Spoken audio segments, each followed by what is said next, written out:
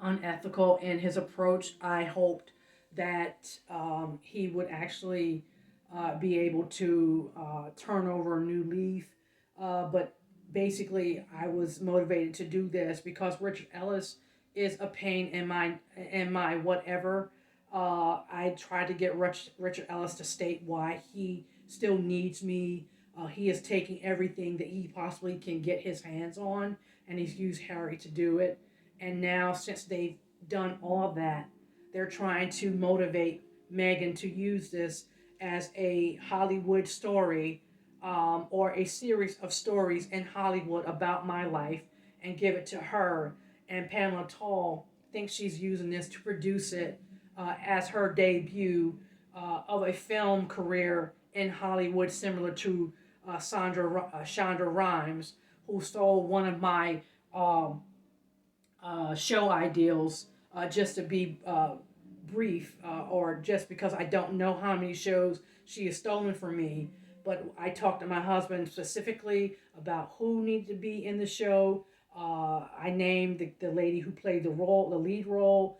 I said that, and I almost named the person from Ghost, which the person who played Fitz was that actor from Ghost. Um, he played the former naval admiral, I believe, who became president. I said that there needed to be a middle-aged female working in Washington who was dating the president, and to develop a scandal based upon that as a show, which Chandra may be Toll's motivation to get into film. And so, based upon that, I do believe that Megan, because of what her current goals are in life to produce, and what she said to me about um, my recollection of my duties while I was deployed in Qatar in 2003, and what I did to save 7,000 people who were traveling on Highway 80 in February 2003. So she has been trying to steal that story from me. They actually gave me fraudulent documents to sign. I lost sight in my eyes, which I never complained of being blind. I could not see.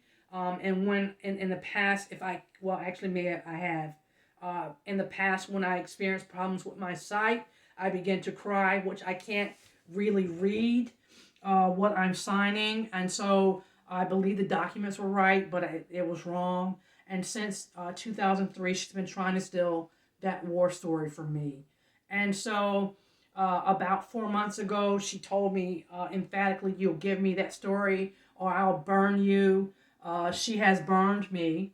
And so, what I'm finding with Richard Ellis and what he incites them to do is to continue to carry out some very racist schemes that they've learned along the way. For her, it was going to Honduras to be trained to be a mercenary, and for him, he was shown technology and has used it to be involved in certain things of that nature. When I ask him to confront those issues or call me, or to clarify or clear his name, um, by contacting me on Twitter, which he's tweeted to me 3 or 4 times about who he was, what his name was, and or just saying that, or he just said, provided no name when I asked him if he was Harry Windsor. But basically, when he talks to me, he tells me that he is. Um, and there is a lot of memories that we both have that he knows about what I was thinking when I was thinking it, and when I was thinking about him. That he cannot deny, and no one else can deny as well. So even if he hasn't responded to any of my pleas for correspondence, there is a problem that he has not clarified. And when I went to Washington to talk to them about him being hired to kill me, or know someone who has been hired to kill me. I told them that it was wrong for them to do so. Um, and then lastly, um, based upon what he's saying that he has done with my intellectual property and the things that has been stolen since 1991, as far as I can date back with him, that basically he can document on his side his part of the story. And so to wrap this up, I believe that when I asked him to clean up his reputation, to tell his story, even given the number of times that he was treated unfairly by the federal government, and given the number of times that they intervened with me having him as a friend, and carrying it out as a means to defame me and rape him as a child, and also rape me, I believe he had a story to tell. I also believe that in allowing the federal government to do what they have done to both of us, that he goes along with the establishment. And he does that because, for whatever reason, he says that he cannot do it. He cannot come out publicly because he said that he has killed millions of people, and that is a reason why he hides the truth.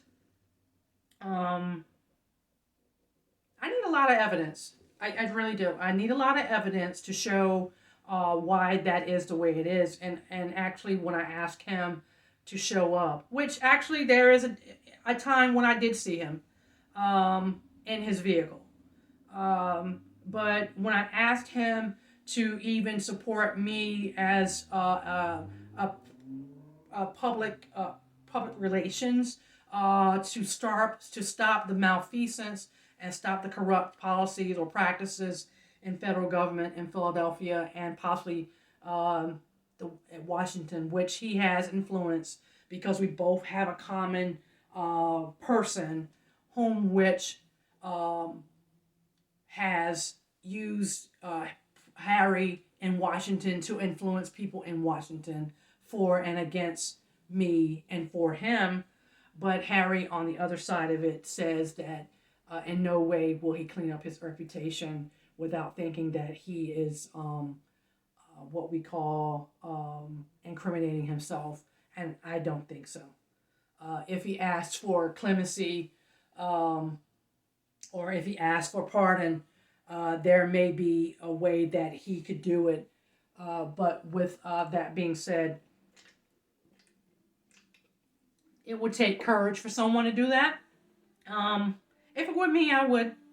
Um, because for whatever reason, I do believe that the situation or the downward spiral of this is if they attack me and that they know 5 million people in similar situations like myself, and that they use those two, and he feels like imminent danger is around him, and I feel like imminent danger has been unreported, then and then with Pamela Tall and the way they act, they were actually trying to incite a coup to overturn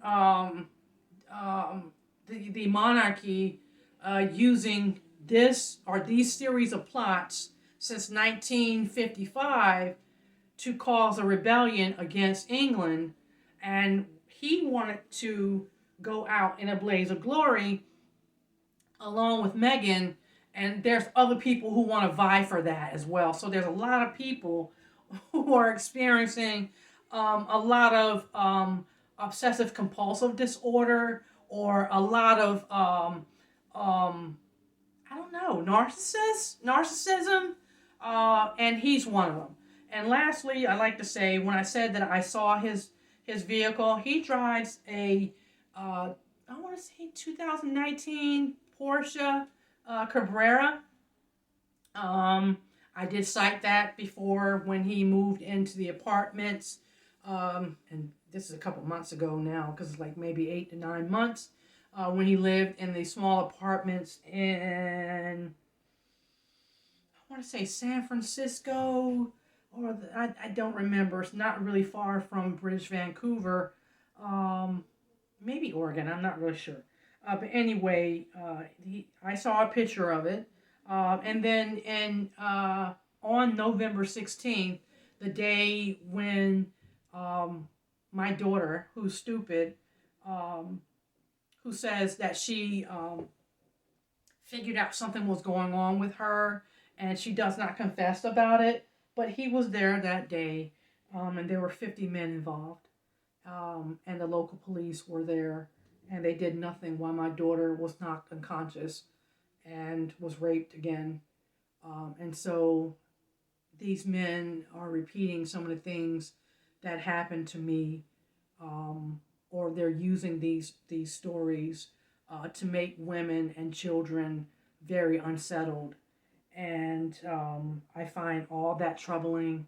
And for no official wanting to put that to rest, um, that's being communicated and broadcast by Doppler satellite, by LSAT, long range satellite by Lockheed Martin, as well as satellites from Boeing, and this technology from DISA called 5G, which is wireless, which allows people to use or emanate or I'm sorry, broadcast sound through cell phone towers, through car computers, through the radio, and through mobile devices, which was demonstrated on January 22nd, 2017, when James Cuneo uh, heard my thoughts, or alleges that he heard my thoughts, which is probably a scheme that would further be delineated as using mental illnesses and the ability to hear um, another person's thoughts. They call that clairvoyance. It's not. It's not clairvoyance. Um, it's actually schizophrenia. And I had to be diagnosed with it to understand how these people had heard what I thought, and um, and on the other side of it is tech. I mean, it's so many different things, but it is also technology, which I cannot identify, nor can I touch, uh, that is being used by um, uh, the aviation, uh, avionics and things of that nature, or people in avionics and people in those skill sets. And so it's just very hard to identify. But what I'm letting you know is there are select ways of hearing this, um, that hinges upon frequencies being broadcast. And when I first, like I embarked this, I didn't embark this, but when they explained it to me, the frequencies were 1420, 1440, and 1460, which is a AM frequency. So there's different ways to pick up this information. Um, my neighbor, when I was living in Royersford, had a scanner, and those scanners can pick up these signals too. So basically, you might not have to be schizophrenic. And lastly, which is weird, you have to know that this has been going on for so long that people learned how to take microwaves and sit them in front of the TV to um, do something. Um, to repolarize microwaves to cause something to happen with sound, which probably gives us something similar to what a satellite is. These people are unique. It takes a real scientist to understand how man interfaces with technology. Um, and this also gives rise to what England has been able to do um, on the lines of hacking and stealing to compete with America, when in fact all they had to do was to purchase it. And and I would have to end on this note. Um, Something that I developed, which I have not been able to find it anywhere else, was leaked and sold to Pipex in England in 1991. And James Radcliffe, who has always been in the background to include John Radcliffe, Don Cuneo, and James Cuneo, who has used technology to cause racist schemes, and they call it the Illuminati. And guess what? It certainly is not, because the Illuminati is something else. And I don't know if I'll get there. I know that I wanted to be a part of the elite based upon my degree. I knew that I did have the ability to reach those people and that I needed them to trust me. And someone knew that about me. And when they came to me, they brought all this to me. And so there's over 1,500 some odd tweets about the situation that I find myself in, that would make it seem that I'm untrustworthy. But when you eavesdropped upon, how can you take that lightly when someone wants to take everything from you? And all this, is tied to Britain, as well as the use of the Nimitz and their ability to eavesdrop, which has happened since the later part of the 1900s, which Richard Ellis confesses to having a part of. And for me, Richard Ellis has been bad news. I blame all this on him. I blame all this on the fact that he disenfranchised other people, to include Caucasian Americans too, who also now, after colluding with Ellis over 80, 90 years, they go along with him because they've been extorted for so long. And the key level of extortion was rape, that Harry is either tied to or being alleged to be tied to. And for that, I believe that he is not dealing with the truth, which is causing America a big problem. And from the way I see it, and the way that they've been using technology to spy and steal, they did want a war. I keep shouting peace. For whatever reason, they really do believe that the tweets have been very instrumental in keeping everybody informed and people on the cutting edge of public service to make sure people are safe. But I don't think he's a safe person, and I needed everyone to know that he's not been safe, and that as long as he's involved in my life, I don't think that he is safe until he and I meet face to face and keep meeting face to face to deal with what the issues are, to put these things to rest. Because publicly, I don't have a qualm against him, but based upon the things that I know about him now and what he has been able to do with Meghan Markle and what they tell me they have done with me and my body, I think that has changed. And so thank you for tuning in. And I'll post and upload as soon as possible. If you like this video, like and subscribe. Recommend it to others. And know that this was a response video to the troubling media that has not been fair and balanced, nor has anyone asked for a second side of the story and assumes that either they know I'm telling the truth based upon what they know about it. Because, I'm sorry, it's been documented back to 1971 that all the facts around what I'm saying are true. Um,